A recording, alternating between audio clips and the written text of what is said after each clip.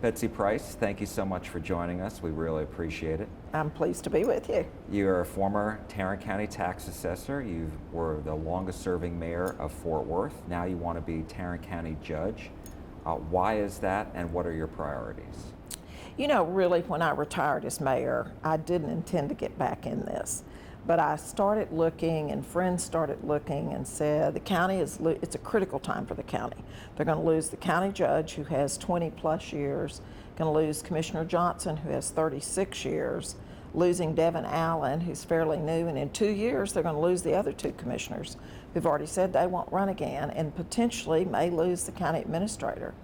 And we started looking at that and said, we got to have somebody that's passionate about Tarrant County, that knows the county, knows the region, can work together here, that's done business here in the county. I had a small business, my husband does. I certainly was a county official for 10 years as tax assessor. I know all the other mayors, we can hit the ground running, and I just felt like we need some experienced leadership there. We're going to have a lot of new court, and you just want somebody that's got that. As far as priorities go, Tarrant County's a great place to live and work and raise a family. I just came from a transportation summit. We talked a lot about transportation, heard from the state's demographer about the growth that's coming to our county. We're already one of the fastest growing, if not the fastest growing, and we got a lot to manage there. There's education that the county judge can pull the superintendents together and the mayors and the business community and say, what kind of workforce do we need? Public health, the COVID virus shone a bright light on where public health is. We've got to advance it to that next level of delivery of service and availability for people. We've just got so much to work on. In the county, certainly I've got a record for cutting property tax rates and cutting property taxes, helping make government more transparent, and cutting government waste. So we're going to work with all the other elected officials and try to keep our expenses as low as possible and still deliver the services that our citizens need. Why do you think experience is so important in this job as it relates to, why you think people should vote for you over the other candidates? Well, I think they know me. They know my track record. They know what I've done. They know they can trust me, that I'm a straight shooter. I'll tell them the truth. Sometimes people don't want to hear that, but you know me. I've got a reputation for just saying as nicely as possible. But they need a listener and a uniter. You want somebody that can bring everybody together. And it's much easier when you already know them. I know all the mayors and have the endorsements of all but 2 or 3 in this region. And I know the county officials that are there now, and we'll have a chance to bring them in. I think that's key, especially when you've got a new court that'll be coming in, and maybe a new administrator and other new department heads. You need somebody with a proven record that can not enforce their policies. You don't want somebody to do. You want somebody that's going to listen and unite and work with everybody.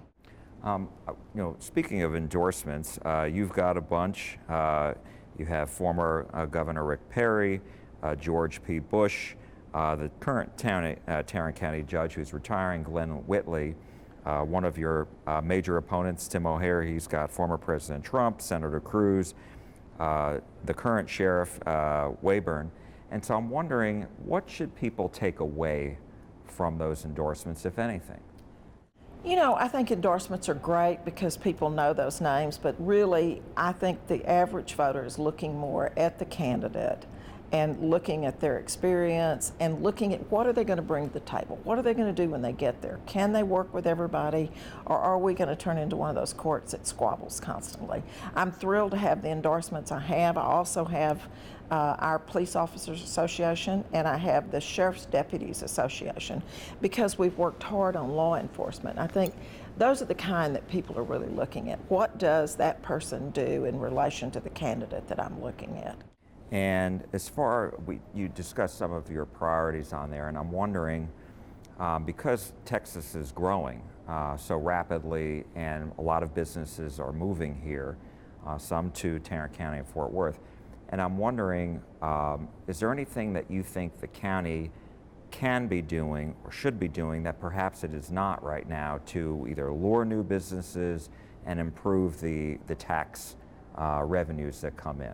Yeah, one of the things that we have to do is seriously recruit businesses because the burden on our homeowners right now in Tarrant County, across the board in Tarrant County, our tax base is upside down. We're about 60% dependent on rooftops and about 40% dependent on businesses.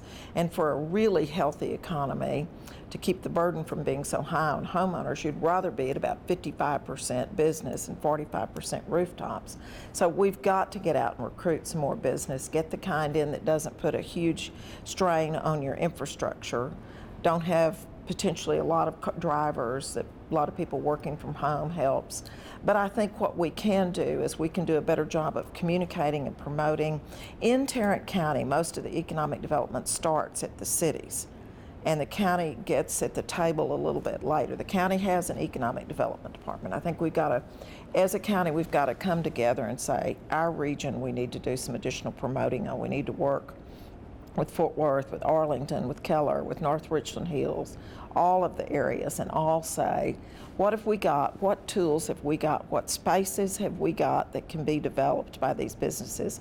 And then let's build on some of our successes. Let's build on the fact that the biggest data center anywhere, Facebook's data center, is attracting lots of tech jobs. Let's look at what's going on at Hillwood with Amazon and the intermodal and the mobility innovation zone, and let's let the county lead the way and promote those things. And that attracts more businesses when they realize others are already here. And the other key piece is education. Public education in all our school districts has to be strong to attract really good businesses. Let me ask you a question with regards to, the county position, as you know, is different from a city position in the sense that the city position is nonpartisan. That's correct. The county is partisan. Right. And so I'm wondering, how do you balance that? Because that's going to be an issue, and it is an issue in this campaign. It is an issue in this campaign, and I wish it weren't, because this is an issue about who we are. Clearly, I'm running on the Republican side. I've always been a Republican. I've always been a conservative leader. People just have to look at my track records. For when I was tax assessor, we reduced the number of staffing, improved the service, cut the budget. We did the same thing at the city.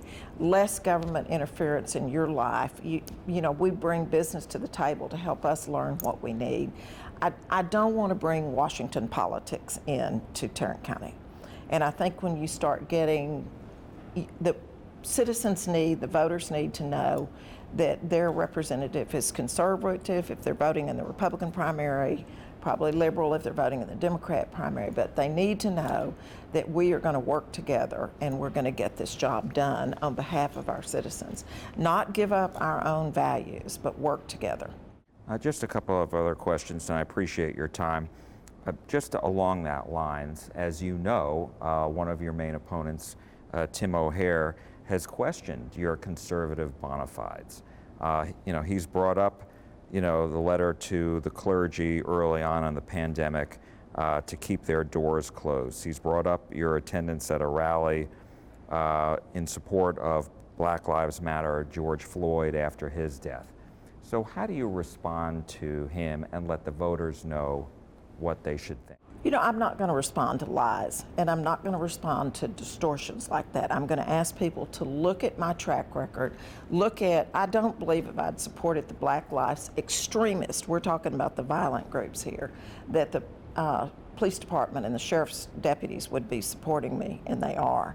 There is a lot of merit. People can do their own homework. People need to realize that campaigns, you get lots of charges out there, and they just need to look and see. And I've always had great success in this community.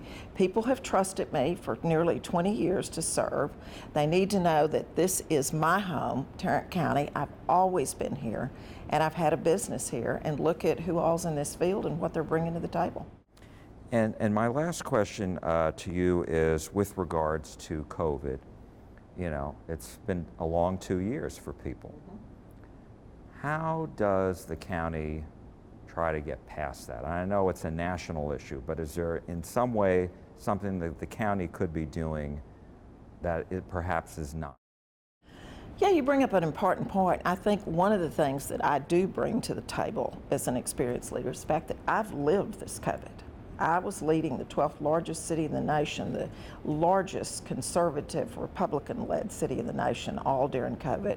I had the opportunity to work with Judge Whitley and all the other mayors. And if you weren't working in this and were unhappy with the policies, then you didn't know what was really going on. I mean, it was a daily change in the information from Washington, the information from the state, changed daily. But I think that one thing we could do better at the county, I think our public health department has to be brought up another notch. The delivery, the information that came out of the public health department was scattered and fractured at best. We can do a much better job there. We did a daily Facebook every afternoon at 5 o'clock or so. We would do daily Facebook and have experts on from our hospitals, experts from the universities, to talk about just for about 5 to 7 minutes what was really going on. We had 5,000 to 10,000 followers because people said that's the communication we need. No extraneous stuff there, just tell us the truth and let the experts see. And I think the county needs a little better communications when it comes to coming out of this. How are we coming out? Where are we now? And what are the bright spots going to be? And where are the holes? We have to be real honest about it. Betsy Price, thank you so much for your time. We Thank really you, Jack. appreciate it. Appreciate it.